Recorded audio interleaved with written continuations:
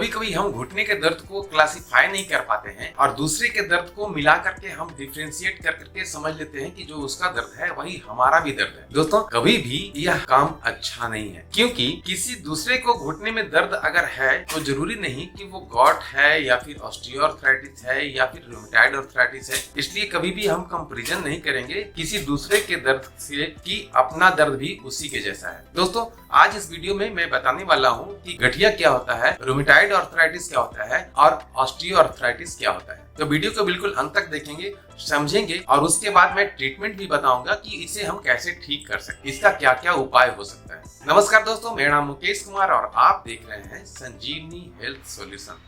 जैसा कि आप जानते हैं इस चैनल पे हमेशा आपके हेल्थ से रिलेटेड जो चैलेंजेस है उसका सॉल्यूशन मैं लाते रहता हूं, इसलिए वीडियो को लाइक करें, चैनल को सब्सक्राइब कर लें, बेल आइकन को दबाकर ऑल नोटिफिकेशन ऑन कर लें ताकि आगे आने वाला वीडियो आप तक सबसे पहले पहुंच सके।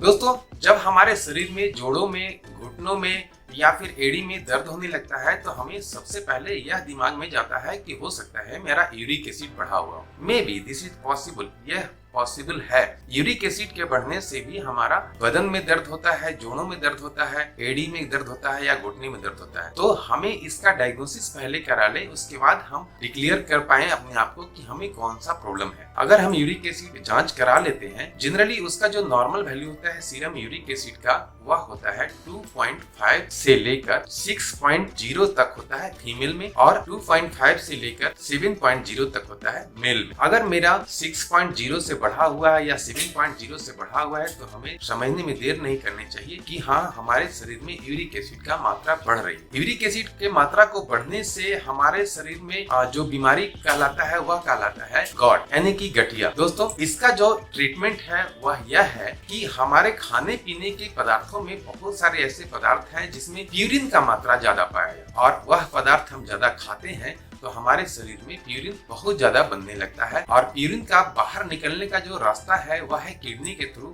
वह फिल्टर होकर के बाहर निकलता है। लेकिन अगर हमारे खान पान की आदत में कुछ ऐसी आदतें हैं जिसमें हम ज्यादा से ज्यादा प्यूरिन ही ले रहे हैं तो हमारे शरीर में, हमारे ब्लड में सीरम यूरिक एसिड का मात्रा बढ़ना तो तय ही है, क्योंकि किडनी उतना अच्छे से फिल्टर नहीं कर पाता है जब हम प्यूरिन का मात्रा ज्यादा लेते। अब अगर किडनी फिल्टर नहीं करने लगा तो हमारे शरीर में, हमारे ब्लड में प्यूरिन का मात्रा बढ़ेगा यानी कि यूरिक एसिड का मात्रा बढ़ेगा और यूरिक एसिड का जो जमा होने का जगह है, जो स्टोर होने का जगह है वह है क्रिस्टल के रूप में वो क्रिएट होता है और वह हमारे जोड़ों पे जाकर जमा होने लगता है, जिससे हमें जोड़ों में दर्द हो सकती है, वहाँ पर रेडनेस जैसा महसूस हो सकता है, वहाँ पर स्वेलिंग हो सकता है, वहाँ पे दर्द बहुत ज्यादा हो सकता है। दोस्तों यूरिक एसिड के लिए सबसे अच्छा ट्रीटमेंट जो है वह यह है कि हमें कुछ सामान, कुछ ऐसे खाद्य पदार्थ जिसमें प्यूरिन का मात्रा ज्यादा बनता हो तो हमें उस चीज को कम करना है, कुछ दिनों के लिए बंद कर देना है। दोस्तों प्यूरिन जिसमें ज्यादा पाया जाता है वह चीजें यह है, जैसे आपका पालक हो गया, बैंगन हो गया, टमाटर हो गया, इसके अलावा दाल में अरहर का दाल, मसूर का दाल, उड़द का दाल, ये सारी दालों में भी प्यूरिन का मात्रा बहुत ज्यादा है। और सबसे बड़ी बात कि हमारे जितने भी तरह के मीट हैं, जैसे कि आपका फिश हो गया, चिकन हो गया या फिर मटन हो गया, इन सारी चीजों में भी प्यूरिन का मात्रा ज्यादा है और अगर हम उस चीज को ज्यादा खाते हैं तो हमारे शरीर में प्यूरिन ज्यादा बनता है और यूरिक एसिड भी बढ़ने लगता है। दोस्तों इसका ट्रीटमेंट हमारे शरीर में जो प्यूरिन बनाता है उस चीज को कम करना है, बंद करना है। इन सारी चीजें जो मैंने बताया, ये सारी चीजों को फिलहाल कुछ दिनों के लिए हमें बंद कर देना। उससे क्या होगा, हमारे शरीर में इनटेक के रूप में यूरिन जो जा रहा था वह कम होगा और उसके बाद इसको खत्म करने के लिए, ठीक करने के लिए बहुत कुछ नहीं कर सकते हैं, क्योंकि इसके लिए दवा ही है जो हमें ठीक कर सकते। दवा के रूप में फ्यूरिक 40 या फिर जैलोरिक 100 mg या 300 mg, जैसा आपका यूरिक एसिड बढ़ा हुआ है उसके हिसाब से आप दवा ले सकते हैं। किसी डॉक्टर से कंसल्ट कर करके आप दवा ले सकते हैं और उसके लेवल को कम कर सकते हैं। और फिर जब ये बढ़ने लगे, ये हमारे शरीर में आगे कभी नहीं बढ़े, इसलिए हमें उस चीजों को बंद ही रखना है जो प्यूरिन का मात्रा को बढ़ाता है हमारे शरीर में। अब आगे मैं बताता हूँ कि रूमेटाइड आर्थराइटिस किसे कहते हैं। दोस्तों, रूमेटाइड आर्थराइटिस उसे कहते हैं जिसके शरीर में उसका ऑटो इम्यून सिस्टम ही उसके शरीर के अगेंस्ट काम करने लगे तो उसे हम रूमेटाइड आर्थराइटिस कहते हैं। इसका जांच से ही पता चल पाता है। ब्लड का टेस्ट है जिसे कहते हैं आरए फैक्टर। आरए फैक्टर यानी कि रूमेटाइड फैक्टर। रूमेटाइड फैक्टर अगर हम टेस्ट कराते हैं उसमें अगर पॉजिटिव आता है दैट मीन्स रूमेटाइड आर्थराइटिस मुझे है। रूमेटाइड आर्थराइटिस में जब हमारा ऑटो इम्यून सिस्टम हमारे बॉडी के अगेंस्ट में काम करने लगता है तो इसमें भी हमारे जोड़ों में स्वेलिंग कर देता है। उसके अलावा वहाँ पे दर्द बहुत ज्यादा होता है। जोड़ों के जो कंस्ट्रक्शन है जिस तरह से उसे डीजेनरेट करने लगता है और इसका ट्रीटमेंट बहुत ही मुश्किल है। दोस्तों, रूमेटाइड आर्थराइटिस का ट्रीटमेंट जो है वह ना तो कहीं एलोपैथ में है और ना ही कोई आयुर्वेदा में। तो हमें इसका अगर पता चल गया है कि यह पॉजिटिव है तो मुझे सेल्फ केयर करके ही उसे कम करना होगा। सेल्फ केयर में सबसे पहले है कि अगर आप स्मोकिंग करते हैं तो उसे बंद कर दें। अगर आप एनिमल प्रोटीन ज्यादा लेते हैं तो उसे बंद कर दें। उसके जगह पे आप प्लांट बेस्ड प्रोटीन अगर लें तो ज्यादा मैनेज कर सकते हैं अपने रूमेटाइड आर्थराइटिस। इसके साथ साथ कुछ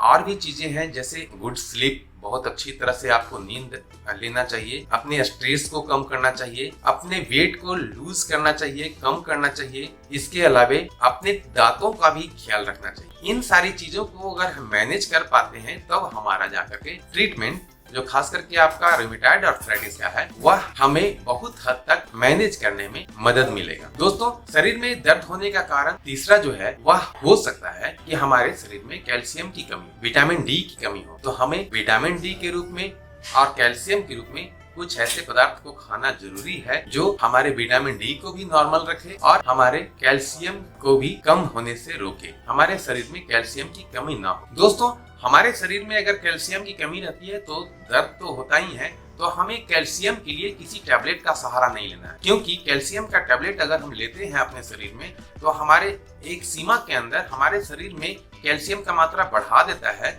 जिस कारण हमारे ज्वाइंट में वह जमा होने लगता है और हमारे ज्वाइंट को लॉक भी करता है। इसलिए कैल्शियम का बहुत ज्यादा हम उपयोग नहीं करेंगे टैबलेट के रूप में, क्योंकि वह शरीर में किडनी में जैसे पथरी हो गया या फिर कहीं पर भी पथरी का भी कैल्शियम का बढ़ा रहना ही कारण बनता है। तो हम कैल्शियम के टैबलेट को बहुत हद तक नहीं लेंगे। कैल्शियम के लिए हमको सबसे पहले नेचुरल चीजें जैसे कि आलमंड हो गया, आलमंड को अगर हम 5 से 10 दाना रात में भिगो कर रख देते हैं और सुबह खा लेते हैं तो हमारे उस दिन का कैल्शियम मिल जाता है। आलमंड अगर मामरा आलमंड है तो ज्यादा बेहतर है और नहीं तो कैलिफोर्निया आलमंड भी से काम चल सकता है। दोस्तों, इसमें दूसरा जो चीज है वह है अखरोट, जिसे वालनट कहते हैं। वालनट भी एक ऐसा पदार्थ है जिसमें कैल्शियम ही नहीं बल्कि उसमें मैग्नीशियम, कॉपर, जिंक, बहुत सारे ऐसे तत्व पाए जाते हैं जो हमारे जोड़ों के लिए, हड्डियों के लिए बहुत ही जरूरी है। दोस्तों, अगर हम वालनट को भी खाते हैं, अखरोट को भी खाते हैं तो वह भी हमें रात में फूलने के लिए 2 या 3 गिरी अखरोट का अगर हम फूलने के लिए दे देते हैं और सुबह पर उसे खा लेते हैं तो हमारे शरीर में कैल्शियम की कमी को भी पूरा हो जाती है। अगर ये सारी चीजें अगर नहीं खा सकते हैं, कभी कभी किन्हीं का कहना होता है कि बहुत सारे महंगा है नहीं खा सकते, तो आपके लिए ये भी है कि तिल, आप जानते होंगे जिसे हम लोग सेसमी सीड कहते हैं, तिल को भी हम अपने कैल्शियम के रूप में यूज कर सकते हैं, क्योंकि तिल में दूध से कम 10 गुना ज्यादा कैल्शियम है। दोस्तों, तिल को हमें रोस्ट कर लेना है। आधा किलो तिल को अगर रोस्ट कर लेते हैं और सुबह पर 1 चम्मच तिल को चबा करके खा लेते हैं पानी के साथ तो हमारे शरीर में कैल्शियम की मात्रा अच्छी तरह से पूर्ण हो जाती है। तो इस तरह से हम कैल्शियम की कमी को भी दूर कर सकते हैं। दोस्तों, विटामिन डी के लिए थोड़ा सा टफ है, लेकिन उसका भी उपाय यह है कि विटामिन डी अगर मुझे लेना है तो विटामिन डी हमें जो सबसे अच्छा विटामिन डी का सोर्स है वह है सनलाइट। दोस्तों, अभी गर्मी का समय है, सनलाइट में बहुत देर नहीं रह सकते, तो हम यह कर सकते हैं कि किसी ऐसे स्थान पे रहें जहां पर सनलाइट आता हो, जैसे खिड़की के पास अगर शीशा लगा हुआ है वो अंदर में हम रहें तो हमारे सनलाइट मिलता है, उससे कम विटामिन डी मिल सकता है लेकिन हमें मिलेगा। दोस्तों, सनलाइट को लेने से हमें हमारे शरीर में विटामिन डी की कमी को पूरा तो करता है, लेकिन कैसे लेना है सनलाइट को? सनलाइट को लेने के लिए हमारे शरीर का जो स्किन होता है वह सनलाइट को एब्जॉर्ब करता है विटामिन डी के रूप में।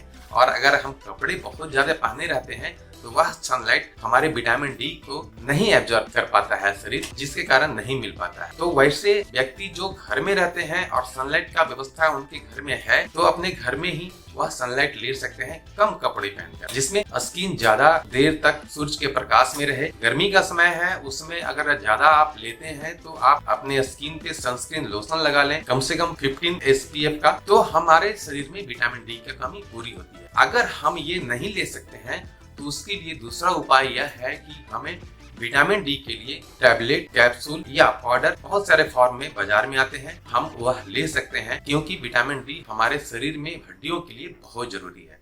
इसका कमी ना हो इसके लिए अगर जांच करा लिए हैं तो ठीक है, और नहीं तो मैक्सिमम लोगों का विटामिन डी कम रहता है, खास करके इंडिया में।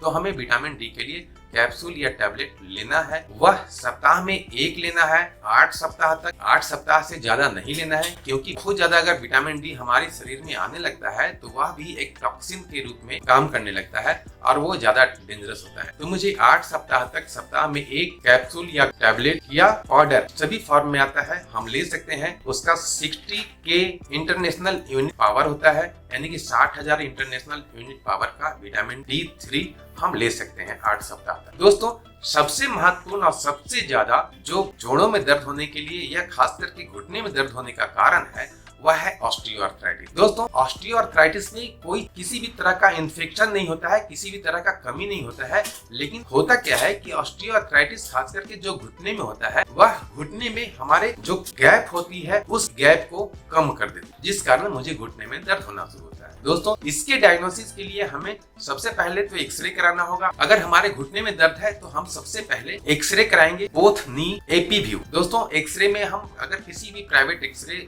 सेंटर में जाते हैं तो वहां पर हम बता सकते हैं कि हमारे घुटने में दर्द है, तो दोनों घुटने का एक ही प्लेट पर वह एक्सरे करके मुझे दे देगा और मैं उसे ले लूंगा। उसके बाद हम देख सकेंगे कि उसमें ऑस्टियोआर्थराइटिस का क्राइटेरिया बन रहा है या नहीं। ऑस्टियोआर्थराइटिस में होता क्या है कि हमारे घुटने के गैप में कमी आ जाती है और हमारे हड्डियां टकराने लगती है, इस कारण आवाज भी आता है, वहां से कटकट की आवाज आती है और मुझे घुटने में दर्द भी रहता है। अगर कार्टिलेज मेनिस्कस टियर के रूप में निकलने लगा है तो वह भी स्वेलिंग भी करती है। दोस्तों, इसका जो इलाज है, अगर ऑस्टियोआर्थराइटिस आपके डॉक्टर या आपके किसी भी कंसल्टेंट ने बताया है कि आपके एक्सरे देखने के बाद कि वो ऑस्टियोआर्थराइटिस है, तो दोस्तों इसका जो इलाज है वह 100% कारगर इलाज है, वह है एक्सरसाइज। दोस्तों, मेरे पहले के वीडियो में बहुत सारे ऐसा एक्सरसाइज है जिसे लोगों ने अपनाया है और इसे ठीक किया है। दोस्तों, ऑस्टियोआर्थराइटिस के लिए हमने बहुत सारे वीडियो का सीरीज बना कर रखा है, जो डिस्क्रिप्शन बॉक्स में डाला हुआ है। आप वहां पर जाकर करके आप किसी भी वीडियो को देखेंगे तो वहां पर एक्सरसाइज बहुत सारे मिल जाएंगे, जिसको आप अगर अपनाते हैं तो यकीन मानिए आप 15 दिन से 20 दिन भी नहीं लगेगा, आपका दर्द 70 to 90% कम होगा। यह मैं विश्वास के साथ इसलिए कह रहा हूँ क्योंकि बहुत सारे लोगों ने, हजारों लोगों ने अपना दर्द ठीक किया है।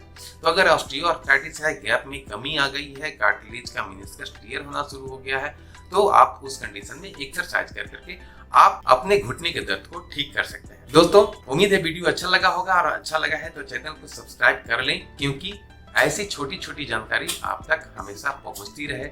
वीडियो अच्छा लगा है तो लाइक करें, सब्सक्राइब कर लें, बेल आइकन को दबाकर ऑल नोटिफिकेशन ऑन कर लें, ताकि भविष्य में आने वाला वीडियो आपको पहुंचता रहे। मिलते हैं अगले वीडियो में, तब तक के लिए जय हिंद, जय भारत।